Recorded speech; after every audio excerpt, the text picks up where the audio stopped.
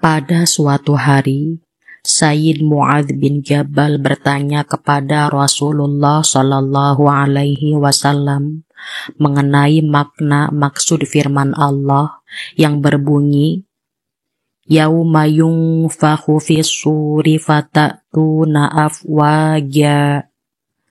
Pada hari sangkakala dibunyikan, kalian semua akan datang segolongan demi segolongan. Quran Surah An-Naba ayat 18. Ketika Rasulullah Shallallahu Alaihi Wasallam diminta menerangkan maksud ayat di atas, tiba-tiba beliau menangis. Setelah tangis beliau reda, beliau pun bersabda, Hai Mu'adz, sungguh engkau telah menanyakan suatu perkara yang agung. Ada 10 macam dari umatku yang akan dikumpulkan di padang mahsyar. Masing-masing golongan dalam keadaan yang berbeda-beda. Oleh Allah, wajah dari 10 golongan tersebut seluruhnya diganti dan tidak lagi berwujud seperti manusia. Sebagian dari mereka ada yang wajahnya seperti kera, sebagian ada yang berwajah seperti babi, sebagian pula ada yang terjungkir, kakinya di atas dan kepalanya di bawah. Sebagian lagi ada yang dalam keadaan buta dan dituntun. Sebagian ada pula golongan yang tuli, bisu dan tidak waras. Ada pula golongan yang menggigit dan mengunyah lidahnya sendiri, sedangkan lidahnya itu menjulur ke bawah hingga sampai di dadanya. Dari mulut orang-orang tersebut keluar nanah yang menjijikan dan berbau busuk. Sebagian ada pula yang dalam keadaan kedua tangan dan kakinya terpotong.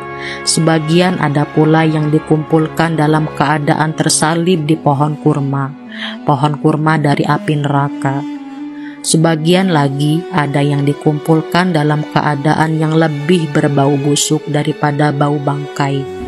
Dan sebagian ada pula yang dikumpulkan dengan menggunakan pakaian dari aspal yang panas. Barang siapa yang berada di bawah naungan Allah, maka ia selamat dari pedihnya hari kebangkitan dan segala sesuatu yang tengah menimpa manusia lain pada saat itu, seperti rasa khawatir, stres dan siksaan keringat atau memang memakan makanan yang haram. Mereka yang dijungkir balikan kepala dan mukanya itu adalah orang-orang yang makan harta riba. Orang yang buta adalah orang yang curang dalam menetapkan hukum, sementara orang yang tuli dan bisu adalah manusia yang menjadi tukang cerita atau ahli pidato yang ucapannya itu berlainan sekali dengan kelakuannya. Sementara orang yang terpotong kedua tangan dan kakinya, mereka adalah manusia yang suka mengganggu tetangganya. Orang yang disalib di pohon dari api, mereka adalah manusia yang berusaha mengajak orang banyak untuk membela sultan atau penguasa negara yang tidak jujur kepada rakyatnya. Orang yang keadaannya lebih busuk daripada bau bangkai, mereka adalah orang yang gemar melampiaskan syahwat dan segala macam kelezatan, serta menolak hak Allah Subhanahu wa Ta'ala yang diwajibkan dari hartanya, seperti zakat dan lain-lain. Dan orang yang menggunakan pakaian dari aspal yang panas, mereka adalah manusia yang suka takabur, sombong, dan congkak. Dalam keterangan hadits lain dijelaskan bahwa ketika di padang mahsyar, manusia dibagi dalam 12 kelompok. 1. Kelompok yang dibangkitkan dalam bentuk tanpa tangan dan kaki. Mereka adalah orang yang suka menyakiti tetangganya ketika di dunia dan mati sebelum bertaubat. 2. Kelompok yang dibangkitkan dengan wajah seperti babi. Mereka adalah orang yang meremehkan sholat. 3. Kelompok yang dibangkitkan dalam bentuk mulutnya mengeluarkan api. Mereka adalah orang-orang yang sering curang dalam berdagang. 4. kelompok yang dibangkitkan dalam bentuk perutnya buncit, mereka adalah orang yang enggan membayar zakat. 5. Kelompok yang dibangkitkan dalam keadaan bau badan yang lebih busuk daripada bau bangkai. Mereka adalah orang yang suka menyembunyikan kemaksiatan dengan samar di hadapan manusia dan tidak takut kepada Allah Subhanahu wa Ta'ala. 6. Kelompok yang dibangkitkan dalam bentuk lehernya terputus dari belakang. Mereka adalah orang-orang yang menjadi saksi palsu. 7. Kelompok yang dibangkitkan dalam bentuk muka tanpa lidah dan dari mulutnya mengalir darah dan nanah. Mereka adalah orang yang membela siapa yang membayar meski jelas-jelas salah. 8. Kelompok yang dibangkitkan dalam bentuk kaki di atas dan kepala di bawah, sementara dari kelaminnya mengalir nanah yang kental. Mereka adalah orang-orang yang suka berzina. 9. Kelompok yang dibangkitkan dengan badan hitam pekat, matanya melotot dan perutnya penuh api. Mereka adalah orang yang suka memakan harta anak yatim. 10. Kelompok yang dibangkitkan dengan badan penuh kudis dan belang-belang. Mereka adalah orang-orang yang telah durhaka kepada orang tua. 11. Kelompok yang dibangkitkan dalam keadaan bibir dan lidah menjulur sampai ke perut dan dari mulutnya terus keluar kotoran. Mereka adalah orang-orang yang suka minum minuman keras. 12. Kelompok yang dibangkitkan dengan badan dan wajah seperti bulan purnama.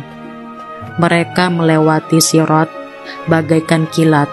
Mereka adalah orang-orang yang suka berbuat kebajikan, mencegah kemaksiatan, memelihara sholat 5 waktu dengan berjamaah, dan mati dalam keadaan bertaubat. Namun, keadaan yang dijelaskan dalam hadis di atas merupakan keadaan sebagian besar umat manusia. Jumlah golongan manusia bukan hanya 1 atau 12 kelompok saja. Masih banyak golongan atau kelompok manusia yang mengenaskan sesuai dengan amal perbuatan mereka. Ada yang telanjang bulat, ada yang ditutupi, ada yang hitam atau putih, ada yang bercahaya berseri-seri. Mereka semua menunggu apa yang akan terjadi dan mereka menundukkan kepalanya ke bawah. Demikian halnya dengan orang-orang kafir, musyrik, dan munafik. Mereka pun akan menjalani proses hisab. Namun, hisab mereka berbeda dengan hisabnya orang-orang yang beriman.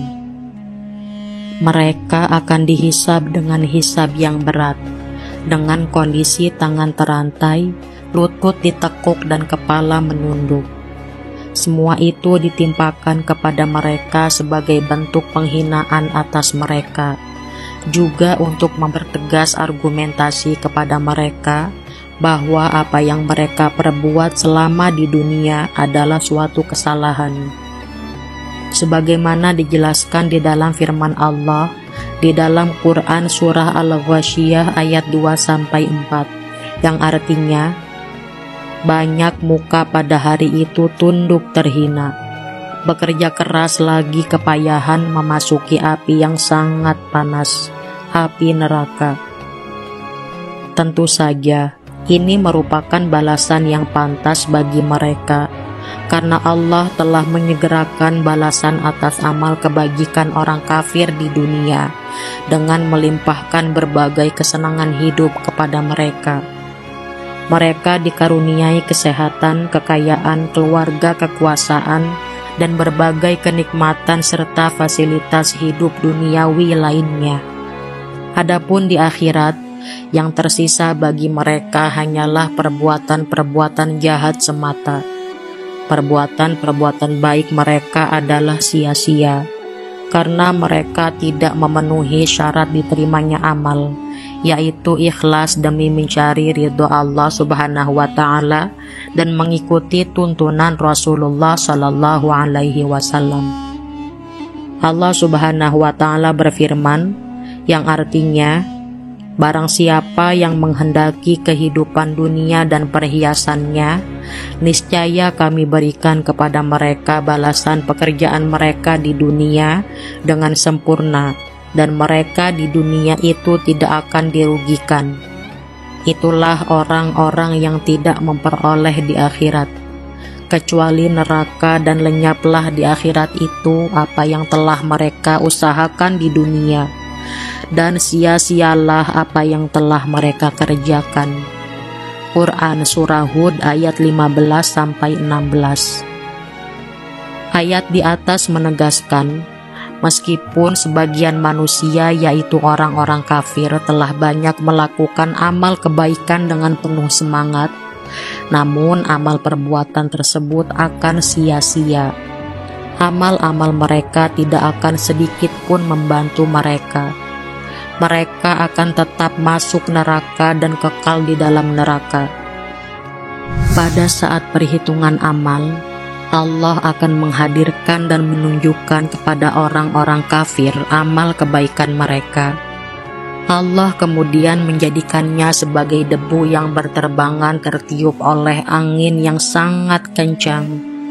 Maka sia-sialah usaha mereka, musnahlah harapan mereka untuk mendapatkan pahala dan surga. Oleh karena kekafiran dan dosa-dosa yang mereka lakukan bertingkat-tingkat, maka lama dan beratnya hisab mereka juga bertingkat-tingkat. Demikian pula neraka dan siksa yang ditimpakan kepada mereka juga akan berbeda-beda. Para pemimpin dan pejabat yang kufur tentunya akan mendapatkan ganjaran yang berbeda dengan anak buahnya yang mungkin hanya sebagai pengikut. Sementara itu, banyak orang yang berbeda pendapat tentang lamanya waktu mereka di padang mahsyar. Di antara mereka ada yang mengatakan amat pendek, tetapi ada juga yang mengatakan amat lama. Ada pula yang mengatakan bahwa mereka berada di padang mahsyar selama 1000 tahun atau lebih. Keadaan yang penuh kesengsaraan di padang mahsyar itu terus berlangsung sampai tiba waktunya untuk dihisab atau diperhitungkannya amal. Saat menunggu perhitungan amal itulah keringat manusia bercucuran sesuai kadar dosa-dosanya masing-masing. Belum lagi lamanya waktu menunggu keputusan Allah bagi masing-masing makhluk berbeda-beda. Padahal manusia yang dikumpulkan di padang mahsyar sangat banyak. Entah berapa triliun manusia dan jin, hanya Allah yang tahu jumlah mereka semuanya. Semakin lama air keringat makhluk semakin meninggi. Padahal tempat berpijak setiap orang sangatlah sempit, hanya cukup untuk berpijak kedua telapak kaki, dan dia tidak bisa bergeser ke sana kemari sampai mendapat keputusan. Dalam kepayahan itulah, semua orang berharap mendapatkan naungan dari sengatan matahari yang sangat membakar. Semua orang tentu berharap akan terbebas dari benaman keringat yang berbau busuk. Satu-satunya penolong yang bisa diharapkan bantuannya hanyalah amal perbuatan sholih pada setiap makhluk.